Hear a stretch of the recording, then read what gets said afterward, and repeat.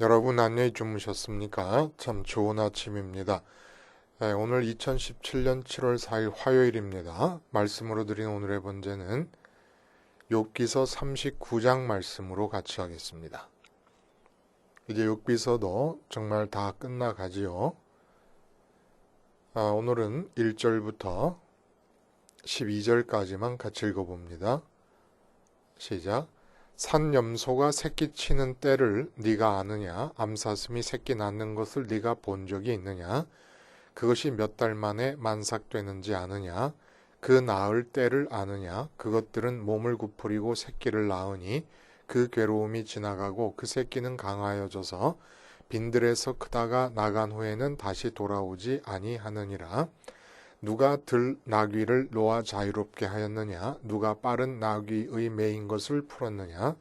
내가 들을 그것의 집으로 소금 땅을 그것이 사는 초소로 삼았느니라. 나귀는 성읍에서 짖거리는 소리를 비웃나니 나귀 치는 사람이 지르는 소리는 그것에게 들리지 아니하며 초장 언덕으로 두루 다니며 여러 가지 푸른 풀을 찾느니라. 들소가 어찌 기꺼이 너를 위하여 일하겠으며 네 외양간에 머물겠느냐? 네가 능히 줄로 매어 들소가 이랑을 갈게 하겠느냐? 그것이 어찌 골짜기에서 너를 따라 썰애를 끌겠느냐? 그것이 힘이 세다고 네가 그것을 의지하겠느냐? 네 수고를 그것에게 맡기겠느냐? 그것이 네 곡식을 집으로 실어오며 네 타작마당에 곡식 모으기를 그것에게 의탁하겠느냐? 나머지는 타조에 대한 생태 습성이 나오고 그 다음에는 말 그리고 마지막에 매와 독수리에 대한 생태적인 특성에 관해서 얘기가 질문으로 표현되고 있습니다. 오늘 이 본문을 통해서 파사현정의 천재신앙인이라는 제목의 하나님 말씀 증거합니다. 파사현정의 천재신앙인. 여러분, 파사현정이라고 하는 말 그저 한자 그대로 그 뜻을 새기면 될 것 같아요. 깨뜨릴 파, 간사할 사, 그리고 드러날 현, 바를 정. 그러면 어떤 뜻이 되겠습니까? 보통 사람들은 그릇된 것을 깨고 바른 것을 드러낸다. 이렇게 얘기를 합니다.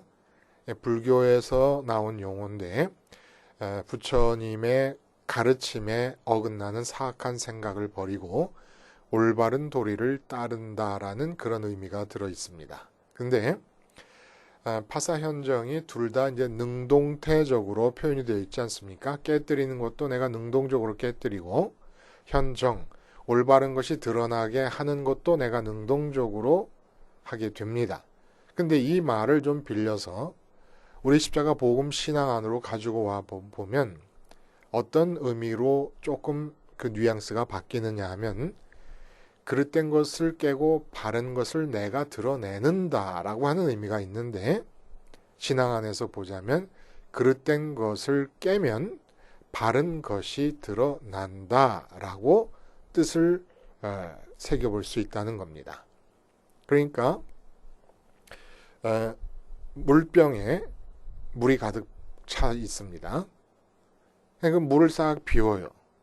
그러면 물이 비워지면서 공기가 들어차게 됩니다. 그렇죠? 공기는 따로 채우려고 노력을 하지 않아도 그냥 공기가 들어차게 됩니다. 이런 것과 같다는 거지요. 잘못된 것을 깨뜨리면 바른 것이 나타나게 된다. 근데 이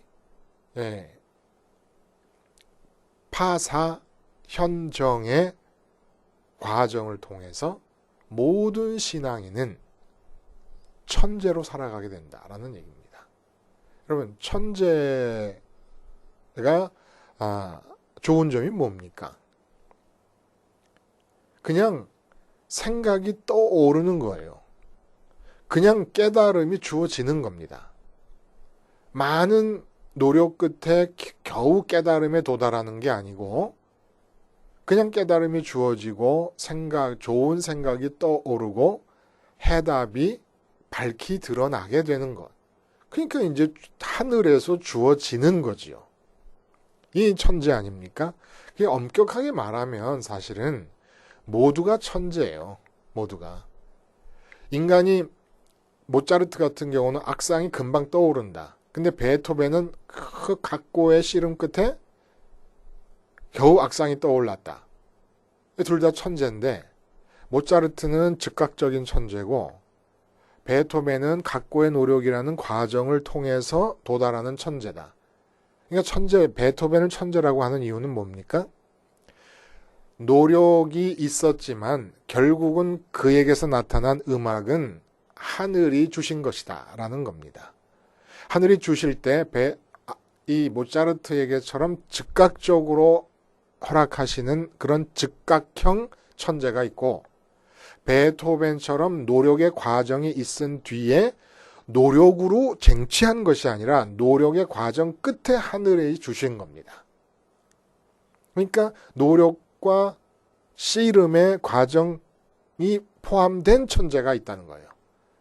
그러니까 즉각적 천재, 1시간짜리 천재, 한 달짜리 천재, 100일짜리 천재, 1년짜리 천재. 1년 뒤에야 그 깨달음에 도달하게 되면 우리는 1년 동안 노력했기 때문에 깨달음에 도달할 수 있었다 이렇게 생각하지만 엄격하게 말하면 하나님께서 깨달음을 주시지 않으면 깨달음은 인간에게서 생길 수 없습니다. 우리는 우리의 지적 능력을 가지고 깨달음을 얻는다, 깨달음을 쟁취한다, 깨달음에 도달한다 이렇게 착각하고 있지만 실제로는 다 주어지는 겁니다. 한 달 만에 주어지는 사람, 1년 만에 주어지는 사람, 즉각적으로 주어진 사람. 그러니까 모두가 사실은 천재지요. 근데 이 천재의 여러 가지 종류 중에서 즉각 천재, 1시간 천재, 100일 천재, 1년 천재, 10년 천재 중에서 가능한 한 즉각적인 천재가 되는 것. 예수님이 천재 아니십니까? 심지어는 말씀 한마디 하는 것도 다 하나님께 받아서 말씀하신다 그랬잖아요. 이게 하늘에서부터 받은 것으로 사는 것이 천재니까 진짜 이 세상에서 가장 100% 완벽한 빈틈없는 초절정의 천재가 예수님이셨다 이렇게 얘기할 수가 있다는 거예요. 어떻게 하면은 말 한마디조차도 하늘에서 받은 것이 아니면 하지 않고 행동 하나조차도 하나님께서 주신 것이 아니면 하지 않을 수 있었겠습니까? 천재였다는 거예요. 근데 예수님과 같은 초절정의 천재에 가깝게 가는 길이 바로 파사현정의 길이라는 것이고 신앙은 곧 파사현정의 과정이라고 볼 수 있다는 겁니다. 그릇된 것을 깨뜨리고 깨뜨리면 올바른 것이 드러난다. 라는 과정을 통해서 우리 모두는 천재로 살아갈 수 있다. 이런 얘기입니다. 그러니까 신앙인은 오늘 본문을 통해서 얘기하려는 것이 바로 이렇게 천재가 되라. 하늘이 주시는 것만을 가지고 살아라. 어떤 능력에 있어서 천재일 뿐만 아니라 심지어는 말 한마디 행동조차도 하늘이 주신 행동, 하늘이 주신 말로서 살아라. 라는 얘기를 본문이 오늘 해주고 계신다는 겁니다. 그러면 오늘 본문의 내용은 도대체 무엇입니까? 앞서서 하나님이 이 자연 현상을 들어서 무엇을 말씀하셨습니까?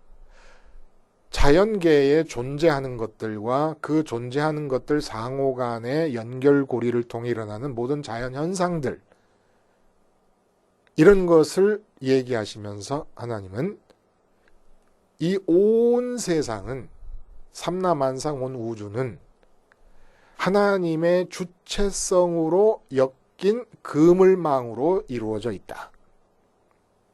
그러니까 단 하나도 물샐 틈 없이 빠져나갈 길이 없이 하나님의 주체성의 그물망으로 덮여 있다는 겁니다. 그 이야기를 해주시고 나서 우리에게 암시하시지 않았습니까? 뭘 암시하셨습니까? 전체가 다 나무, 오늘 비가 오죠. 장마라서 산, 들, 강, 바다 그 안에 사는 모든 것 다 하나님의 주체성에 의해서 나타난 결과물이고 하나님의 주체성이 이끌어 가십니다. 주체성이라는 것은 판단하기, 내게 좋고 나쁜 것, 옳고 그름을 판단하기, 그리고 그 판단에 근거해서 생각하기, 그리고 그 생각이 모여 소원하기, 계획하기, 그리고 그 계획한 것을 추진하기, 말하기, 행동하기, 이런 학이, 인간에게서 나타나는 모든 학이가 바로 주체성이라고 표현될 수가 있는 겁니다. 근데 하나님의 주체성은 하나님의 학이를 싸잡아서 말하는 것이죠. 하나님이 판단하시기, 하나님이 생각하시기, 하나님이 계획하시기, 하나님이 추진하시기, 하나님이 이루시기, 일하시기, 행동하시기, 말씀하시기, 하시기를 다 포함하게 주체성이라는 거예요. 그렇게 볼 때 하나님의 주체성의 그물망으로 덮여있는 세상 속에 살면서 인간의 주체성이 활성화되고 나타나면 어떤 일이 벌어지겠느냐? 하나님의 주체성의 그물망이 구멍이 뚫리고 찢어지는 일이 벌어진다. 그래서 하나님의 주체성이 활성화되면 활성화될수록 보시기에 좋고 아름다운 결과물이 나타나게 되는데 창조 때에 말씀하신 것처럼 우리의 주체성이 그 보시기에 좋고 아름다운 것들을 결과해내시는 하나님의 주체성의 그물망을 자꾸 찢어내니까 내 생의 한순간도 하나님의 주체성의 그물망을 벗어날 수가 없는데 그 모든 순간들에 나의 주체성을 활성화시키면서 그물망을 자꾸 찢어내니까 그 그물망이 찢어진 만큼 우리에게 기쁠 수 없는 순간, 만족할 수 없는 순간, 괴로운 순간, 불행한 순간이 주어진다는 얘기입니다.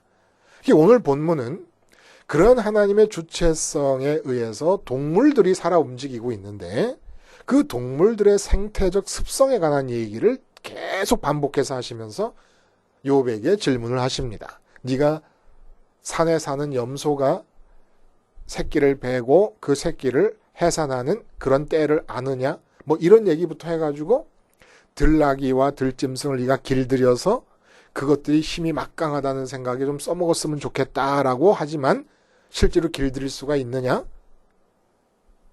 그래서 이 타조의 이야기, 말의 이야기, 매와 독수리의 이야기를 통해서 계속 질문해 나가시는데 할 수 있겠느냐? 알겠느냐? 누가 명령하였느냐? 하기를 계속 물어보십니다. 동물들과 연관해서 욥에게 네가 하겠느냐? 네가 하겠냐? 알겠느냐? 길들이겠느냐? 네가 이해하겠느냐? 네가 근원을 밝힐 수 있겠느냐? 네가 명령을 했느냐? 독수리와 매가 하늘을 높이 유유자적하게 나르면서 세상을 멀리 멀리 바라다보는 것을 네가 언제 명령하였기에 그들이 하고 있느냐?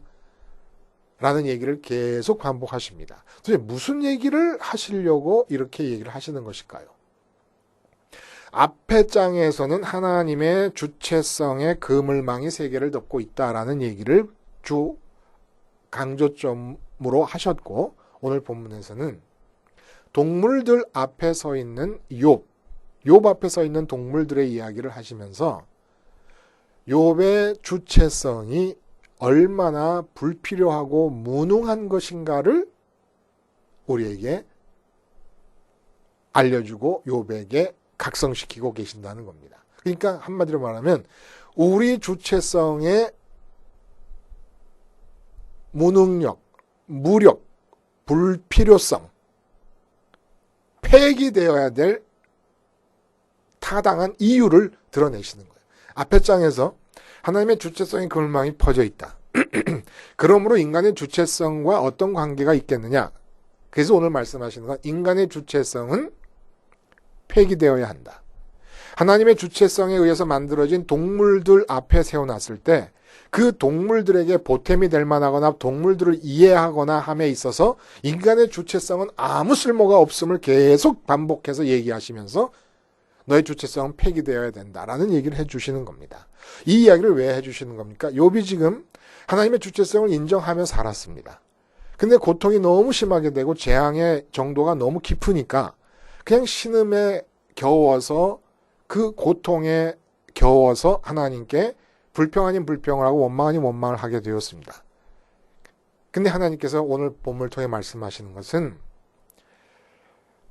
하나님의 주체성을 인정함에 있어서 우리 삶에 주어지는 상황이 죽기까지라도 내가 죽는 순간에 이르는 그런 열악한 상황, 참혹한 상황이 주어질지라도 하나님의 주체성을 죽으면서까지도 인정을 해라 라는 얘기를 해주고 계십니다. 그러니까 한마디로 너의 주체성은 철저하게 폐기되어야 된다라는 얘기를 해주고 계시는 겁니다. 그래서 우리가 제목을 파사현정이라고 그랬잖아요. 그릇된 것을 깨뜨리면 올바른 것이 드러난다. 여러분, 이 세상 안에서 세상 안이라고 하는 단서를 둡니다. 이 세상 안에서 가장 최우선적으로 파쇄되어야 되는 가장 지독한 폐기물, 독성이 가득한 폐기물이 뭔지 아십니까? 우리의 주체성이에요. 내가 판단하기, 생각하기, 계획하기, 말하기, 행동하기, 이 나의 하기, 모든 하기가 이 세상 안에서 나의 삶을 가장 피폐하게 만드는 지독한 독성이 있는 폐기물이라는 겁니다.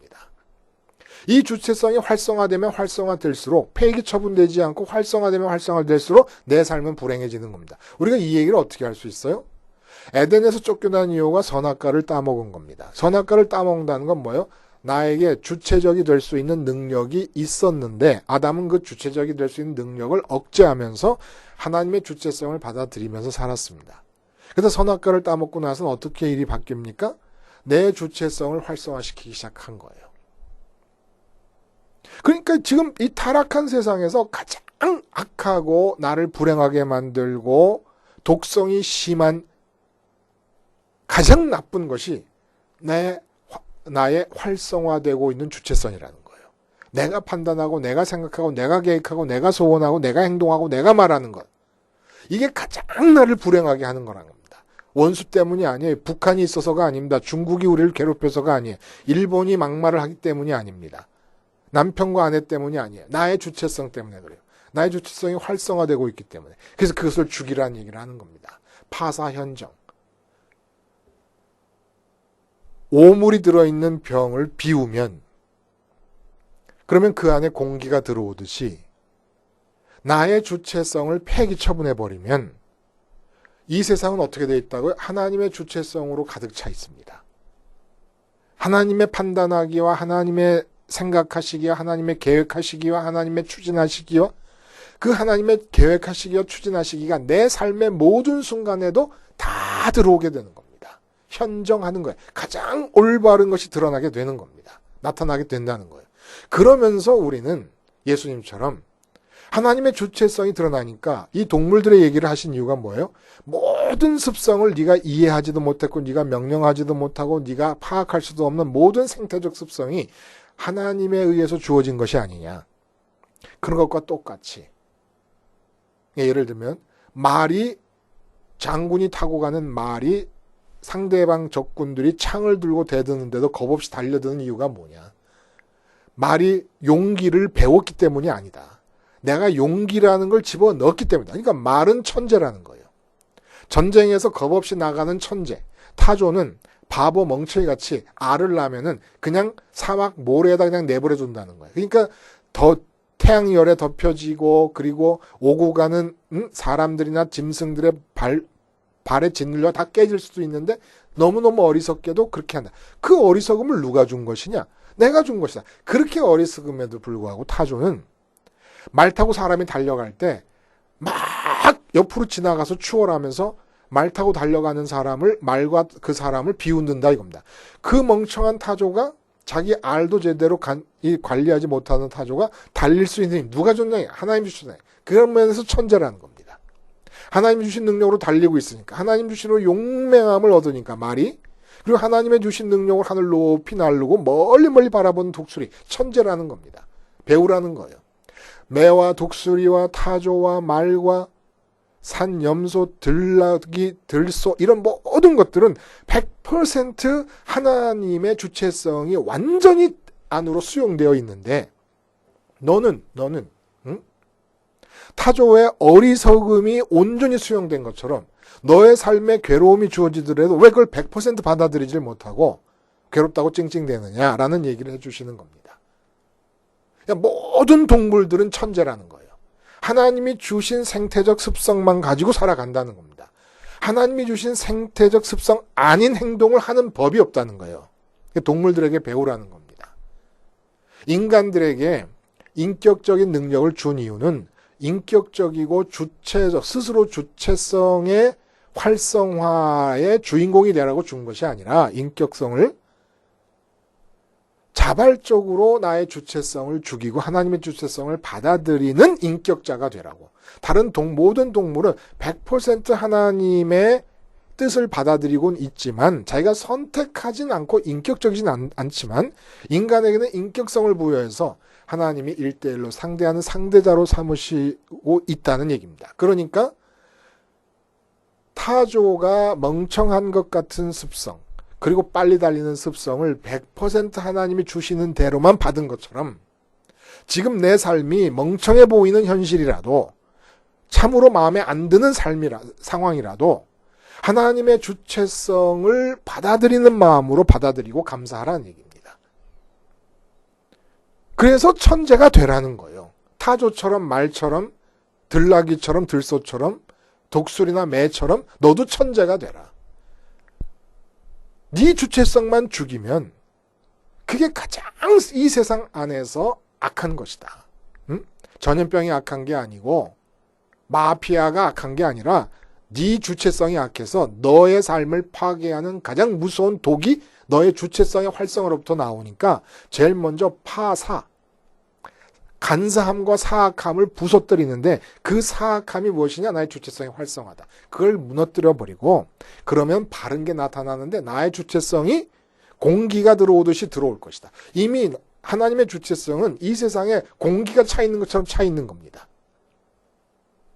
근데 자꾸 내 주체성을 활성화시킴으로써 마치 병 안에 물을 집어넣고 다른 국을 집어넣고 하면은 공기가 밀려 나오는 것처럼 자꾸 나의 주체성이 활성화되면서 내 삶의 공간에서 하나님의 주체성이 밀려나가요. 그러니까 이걸 파쇄해버리면 가장 올바른 하나님의 주체성이 표현된다는 겁니다. 그러면 나는 천재로서 살아가는 거예요. 하나님이 주시는 생각대로 하나님이 주시는 계획대로 하나님이 주시는 소원대로 그대로 따라가면서 살아가는 겁니다. 예를 들면 여러분 돈 문제가 생겼다. 그러면 돈이 없는 이 상황이 이거 참 이거 안 좋은 상황인데 참 걱정스러운 상황인데 하는 게 판단이잖아요. 내 주체성이 활성화되기 시작합니다. 돈 문제가 놓여져 있는 이 상황에서 가장 안 좋은 잘못된 그릇된 것은 무엇이냐면 지금 돈 문제에 대해서 내 주체성이 활성화되고 있다는 상황이에요. 돈 문제가 있으면 우리는 어떻게 하느냐? 돈 문제에 대해서 내 주체성이 활성화되려고 할 때 돈 없으니까 나쁘다, 안 좋다, 큰일이다. 그래서 돈을 벌려면 어떻게 해야 되냐? 이런 활성화되는 주체성을 십자가에서 죽이는 겁니다. 그러면 돈 문제에 대한 하나님의 주체성, 가장 올바른 현정, 올바른 것이 나타나게 됩니다. 나타날 현자 아닙니까? 하나님의 주체성이 나타나게 된다는 거예요. 하나님의 주체성이 나타날 때 우리의 삶은 천재적인 삶이 되는 겁니다. 하나님의 생각이 우리의 생각의 능력의 기능은 우리의 주체성을 죽이는 일에 사용이 되고 또 하나는 하나님의 생각을 받아들이는 데 사용이 되는 겁니다. 그래서 십자가의 생활화라는 것은 파사현정의 반복이에요. 파사현정의 반복. 무엇이 가장 악한 겁니까? 사악한 겁니까? 내 주체성이 활성화되는 거예요. 우리 주체성이 활성화되는 바람에 에덴에서 쫓겨났잖아요. 그러니까 이 세상의 모든 문제에서 가장 큰 문제는 뭐냐? 내 주체성이 활성화되고 있다는 사실이에요. 근데 이 사실을 모르고 주체성을 활성화시키고 강화시키면서 하나님을 찾으니까 우리 신앙생활에 이렇게 힘들고 재미가 하나도 없는 거죠. 사실은 이 세상의 삶은 하나님의 주체성에 의해서 저절로 두둥실 사라지는 것입니다. 땀 흘리면서 애써서 사는 게 아니에요. 우리가 애쓰면서 할 것은 무엇이에요? 골로새서 3장의 말씀처럼 그리스도와 함께 살리심을 받았으면 위의 것을 찾으라. 우리의 주체성의 활용 용도는 이 세상 안에서는 폐기물과 같이 독성을 품는 것이고, 하늘을 향할 때 우리 주체성의 온전한 용도가 발휘되는 겁니다. 하나님을 추구하는 겁니다. 하나님을 갈망하는 겁니다. 하나님을 달라고 기도하는 겁니다. 하나님을 많이 갖게 해달라고 떼쓰는 겁니다. 이게 우리 주체성의 가장 올바른 사용이라는 것이에요. 그래서 하나님으로 만족하고 하나님으로 기쁨으로, 만족과 기쁨의 문제만큼은 내 주체성이 하늘을 향함으로써 온전히 하늘로서 해결을 봐야 된다는 겁니다. 그렇게 하늘로서 완전히 해결을 보고 이 세상을 향할 때 하나님의 주체성이 표현되고 하나님의 생각이 내 생각 속에서 나타납니다.